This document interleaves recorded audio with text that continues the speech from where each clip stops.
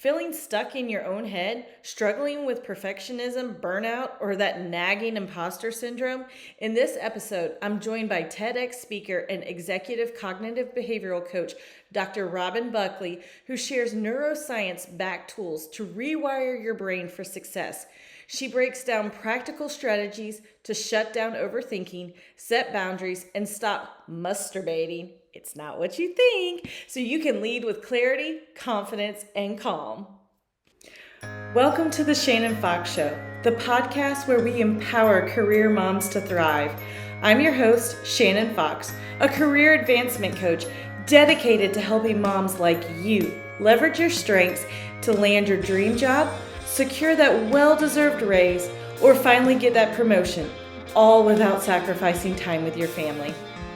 Each week, I'll bring you actionable strategies, inspiring stories, and strength-based tools to help you align your career with your natural gifts and step into your full potential. So, if you're ready to stop feeling stuck and start building the career and life you deserve, you're in the right place. Let's get started. Hello and welcome. I'm so excited to have Dr. Robin Buckley with me today. Dr. Robin is a cognitive behavioral coach, international speaker, and an author with a PhD in clinical psychology from Hofstra University. I hope I said that correctly. She has been featured in Entrepreneur, Chief, Authority Magazine, Nike, and even on the 2023 TED stage, where she shares powerful strategies for mental wellness, women's empowerment, and high performance thinking. Through her executive coaching practice, she helps individuals, couples, and organizations eliminate limiting thoughts, reduce imposter syndrome, and create strategic plans for success, both professionally and personally. Today, she's here to help us understand how to stop overthinking, reduce burnout, and step into our full potential, whether in our careers or relationships. Dr. Robin, welcome. I'm thrilled to have you here. Thanks, Shannon. I'm excited to be here. So, Dr. Robin, your work is rooted in the cognitive behavior strategies. What does that actually mean, and how does it help people achieve mental clarity and success? Absolutely. I think the easiest way to understand it is just an easy little tagline, which is making your brain your ally instead of your adversary. For most, I can't even say most, I think for all individuals, our brain undermines us and we don't even realize it, and it affects our behaviors, our choices, our emotions. And until we acknowledge and manage our thoughts, they're going to continue to spin us in directions that may not really achieve our goals or our optimal functioning. But that's the hard part, because society doesn't tell us to slow down and think about where the emotions are coming from or where the reactions are coming from. It's just that we have them.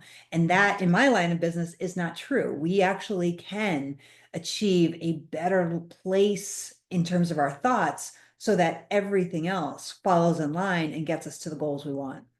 I love that. Because, yeah, I mean, it all comes back to your thoughts. It does. It really, really does.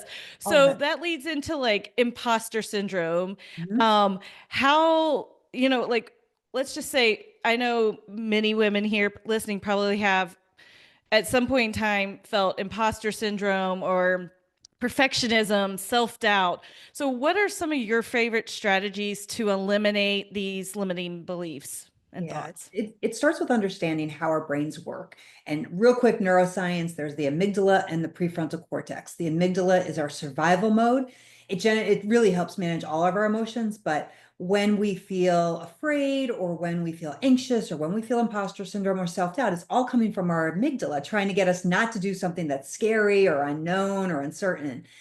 And unfortunately, when the amygdala is running around like a 2-year-old on caffeine, it shuts down our prefrontal cortex, which is all our logical, data-driven, realistic, objective thinking. And that is not what we want our brain to do. We want it to flip.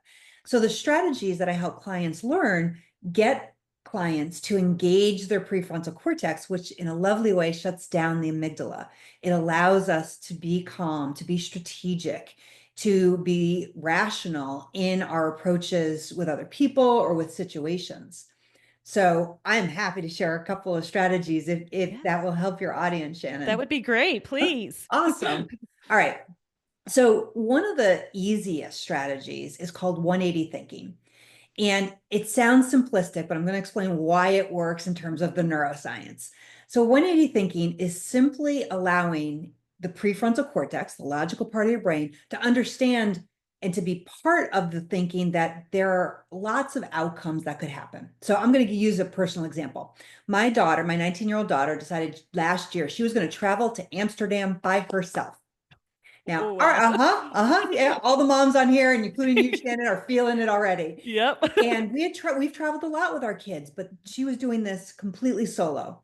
And I didn't let myself see the movie Taken, but I know enough about Taken that all of the scenarios, I was like, what if she gets kidnapped? What if she gets hurt? What if Right. telecommunications around the world stops functioning and I can't reach her? Like all the what ifs that Right. were coming from my amygdala because it was an unknown situation. And so the amygdala said, yeah, think about all this and stop her. Well, that's not rational. And so 180 thinking is allowing my prefrontal cortex to join the conversation to think about, okay, if that's the worst case scenario, and we don't know if those will happen, what's the best case scenario? Because that is equally likely to happen if the worst case scenario can happen. So, what if she has an amazing time? What if she's completely safe and this is a life-changing event for her? What if everything is okay? But when our amygdala is firing, it doesn't allow us to think through, well, okay, if I don't know if she's going to get kidnapped, I'm Right. afraid of it. But if that could happen, so could the exact opposite, which is all the good stuff. And surprise, surprise, all the good stuff did happen because, about 90% of the things we worry about don't actually Don't happen. I? Right. But it's actually taking the steps to stop and let our prefrontal cortex engage. And we can't just say to ourselves, oh, come on, think rationally, or oh, I just won't think about it. Because as soon as we try and shove something down, it's going to percolate back up, usually at 2 in the Boil morning up. when we're trying to sleep. So Exactly. 180 thinking is an easy way, if we choose to do it, to get our prefrontal cortex involved in the conversation. So it's not just the amygdala that creates those ruminating thoughts and that fear that is paralyzing for a lot of us. Yes. Totally. I love that because that's something very simple. It seems simple, but thinking about it, like when you put it in practice, you'd have to do that quite a few times to like, Right. hey, okay, wait, if I'm going to this negative, wait, Right. I need to stop and go to the positives of what could Exactly. really help. And And so the doing it more and more and more, it's right. simple in the way you explain it, but it really is going to take Right. practice. And that's just exactly it. It's practicing it. It's not just trying it a couple times and then assuming it's going to be an automatic response. It's almost like a muscle reflex when we're doing, we're trying to practice, learning a new physical skill. This is a cognitive skill. So every time we notice that we are having a thought that's creating an emotion we don't want, we get to flip it 180. Again, not to convince your brain, because our brains are great indicators of when we're trying to BS it. That's why personal affirmations don't always work because we're trying to tell ourselves, I am the most beautiful woman out there. And our brain's like, really? Have you seen Halle Berry? Have you seen some of these other women? So we're not Right. trying to talk our brain into it. We are simply trying to say, well, okay, if that could happen, couldn't this other amazing thing happen? Because we don't know. It hasn't happened yet. So we actually don't know what's going to happen, but it allows our brain to realize there are options to the outcome. Right, right. I like that. And that kind of goes on to mental wellness. Mhm. And what is something that you have seen like an action that these leaders can take in to create a workplace that supports mental Oh, health? yeah, this is a great question, Shannon. So I went to a really amazing event probably about 3 or 4 years ago now. It was in Massachusetts, and they pulled these three just dynamo women who are leading the state of Massachusetts in mental wellness. And after the event, I went up to each of them individually and I said to them, what if there was one thing? I work with a lot of leaders and sometimes they don't want a whole list. What's one thing they could do? And it was crazy because all three individually said the same exact thing. And they all said, be transparent, be the model for what mental wellness looks like and sounds like. And what they meant was not just doing the self-care, but letting the people in your organization know what the self care is, letting people in the organization know what you've been through in terms of whether it's personal mental wellness challenges or familial mental wellness challenge, or just friends of yours. Obviously, whatever you are comfortable sharing and willing to share and not breaking confidentiality, but it's important. So a great example is when I talk about mental wellness and how it impacts people, I talk about my older daughter who struggles with bipolar disorder. Now, it'd be really easy not to talk about that. And it's really hard sometimes for me to talk about it because, as a mental health professional with a background in clinical psychology, I didn't always do things right. Because, as many of your listeners might relate to, all my training and education went out the window when it came to my own kid. Right. So there was a lot of struggles around that. But when I talk about our whole history that involved her physically attacking me and verbally attacking me sometimes losing my patience, us trying professional after professional to find the right medications for her. It was years of trying to help her. And when I share that story, it humanizes not only the experience for other people, but it humanizes me. I'm not just up on my pedestal telling you how to do things. I'm sharing what it's like as an individual, as a mom. And Mhm. even as I'm talking to you, I can feel the tears coming because it's hard. Mhm. So we're not trained as leaders to be vulnerable, but Yeah. that is an important piece. And it's much more aligned with a feminine model of leadership to be vulnerable, to be transparent, to be authentic in who we are, not just in our offices, virtual or otherwise, Right. but in our personal lives and letting them actually integrate. I love that. I love trying to, because you, as a career mom, you are more than just your career and you're more than just mom. 100%. They have to integrate in there. So I love that balance of being transparent with them. Yes. Yes. I can give you one other if you don't Yes, mind. please. You just demonstrated something that always makes me laugh. So I want your audience to be clear what I'm about to say. In order to develop mental wellness, to reduce imposter syndrome, to reduce perfectionism, you need to stop masturbating. Now, clearly, what I said was to stop masturbating because I would never tell your audience to stop doing the other thing that they thought I said. Masturbating is the habit of using words that increase our stress hormone, cortisol, and adrenaline, and it reduces our feelings of functional control. The words are should, have to, need to, and must. So we say these words and we don't even hear them because we are indoctrinated into them from when we were little. You've got to go do your homework. You need to pick up your shoes. You have to be, home on time. And so it becomes part of our vernacular. And those words create such disruption in our prefrontal thinking. So an easy switch, again, most of these strategies are easy if you practice them and build them in over time. You change any of those statements to want, will, or get to. You Yes. get to go do your homework. And when a kid says, or, you get to go to work, I don't want to go to work. Okay, but then why do you go to work? Well, I want a paycheck. Okay, I will go to work because I want a paycheck. Oh, yeah. And a lot of my clients will say, well, I should go to the gym, Robin. And nobody ever is happy. They never smile when they say, I should go to the gym. But when Right. I ask women, particularly, then why do you go to the gym? Well, I want to be a role model for my kids. I want to be healthy. Maybe even as basic, and I wish it wasn't this, I want to be a certain size, which I do not advocate. But it's your want and your Mhm. will because that you're in control of. It's a functional control. But those masturbation words, those are going to make you feel stressed, feel pressure, and it's going to build into a level of anxiety. Yes, I actually have been noticing myself saying those a lot and have really worked hard to try and change mine lately. And so I get to do X, Y, and Z. I want to, and it really changes even the way I go Yes, walk into that situation yes. in my mind. Like I've noticed that even my husband said, you changed using that to I have to do this or I should be doing that. And I can tell you're a different person when you're Yeah, walking into that. And absolutely. yes, it literally does change my brain and the way I Right. think. And it can do that within organizations too. Yeah. If you're a female leader or even just part of a team, not even at the leadership level, when you get people around you, oh, we have to go work on that project. No, we get to because we want to show how amazing we are. Or, I have to stay late at work. Well, I want to stay late at work because I want this done and I want to get it off my plate. It can be as simple as that. So it becomes part of creating mental wellness for yourself and then for your team and then for your organization. And it becomes this really beneficial ripple effect. I love that.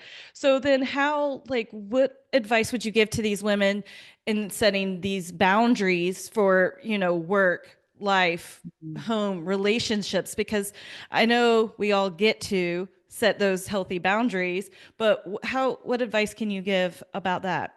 Yeah, one of the most important things, particularly for women, and I'm biased because I'm one of you, but it's important to realize that we've been taught a lie by society, which is we can have it all. And that's BS. What it should say is we can have it all, but not all at the same time. And it doesn't even necessarily mean that we have to put off having children or a career until later, although those are fine choices. What it means is that every day you have 100% of your time, energy, and focus. Only 100%, not 110, not 120, only 100%. And if you tell me every day I give 100% to work, I worry about that client because that means you are giving nothing to anything else in your life, yourself, your partner, your friends, your kids, your pets, nothing.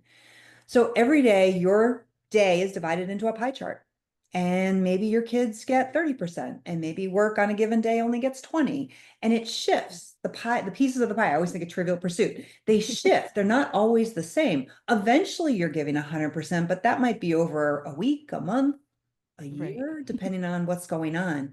So you start to realize that there are boundaries because just the simple mathematical time constraint of only 100%, that's all you get in a given day. And I first and foremost tell people, don't tell me you give 110% because that's just not mathematically possible. So reduce that stress and make sure that when you're giving 30% to your kids, you have created boundaries to block out everything else. That means shutting off your notifications. And I know we hear this all the time, but actually doing it, hiding your cell phone if it's necessary, doing the things, having accountability with your kids. If you're telling them no cell phones at the table, then you can't either, which I've heard excuses from a lot of my adult clients. And I just say, okay, but they're watching and they know. So creating this concept of I cannot have it all at the same time, so that when you're in a moment, you're saying, okay, that's the 15% I have to give today. And that's okay because tomorrow maybe it'll be 25%. And that works. Yeah. Well, what about to those women that I know I have several friends, and I can also say that I'm guilty of this, may have issues asking for support, Uh, especially at home or work. What are some mindset shifts that people can take to yeah. to ask for that support? Because we all Mhm. need help at some point. 100%. So when we're thinking about perfectionism, it's achieving things to the best of our ability. And again, kind of like the I give 100%, is that really realistic to think that we can do everything to the best of our ability completely on our own? And I go back to what the airlines, every time you get onto an airline, the one of the first things they tell us is you have to put your oxygen mask on first. And women are taught by society and historically that that's selfish. And that also, I'm using the acronym BS a lot today, but that is BS, Mhm. that it isn't selfish, it's self-care. And it isn't even putting ourselves as a priority. It's simply saying they're a priority and so am I. That I get to be a priority too. That I don't have to be last, that I shouldn't be last. So I'm using those words, but I don't want to be last. Because if I'm last, then what do I have left over to give to others? So when we're talking about this idea of letting other people help, it's sometimes so that we retain the focus and the energy and even the time because we've also distributed that among all the other areas of our life, including self-care. And why not? There are cultures and areas of the world that rely on the idea of a village.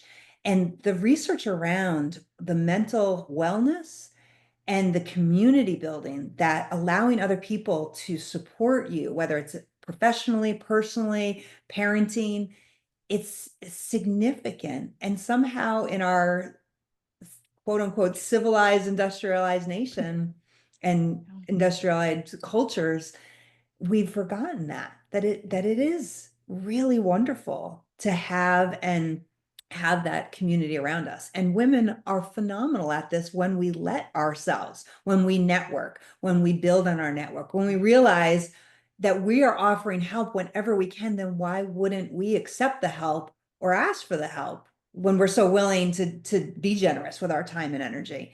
That's to me, that's selfish when we're like, Yes. I'm always the one giving and don't I look wonderful? Instead of saying, and sometimes I'm the one receiving, and I'm also wonderful for that. Yes, that's what my husband has reminded me a few times of, like, you love to help others. Why don't you Yes, bless someone and let them help you? exactly. It's a gift. It's a Yeah, gift both ways. it is. It It truly. makes the giver feel good, it makes the receiver feel good. And when you share those roles, then it becomes easier because it doesn't feel unidirectional. Right, definitely. Well, Dr. Robin, as we start to close out this conversation, what's the best place for our listeners to connect with you? Absolutely. So you can find me on Instagram and LinkedIn. You can reach out to me on my website, which is just drrobinbuckley.com. And then in 2025, my newest book is coming out. It's called Marriage Incorporated, and it's a business framework for creating the relationship you want.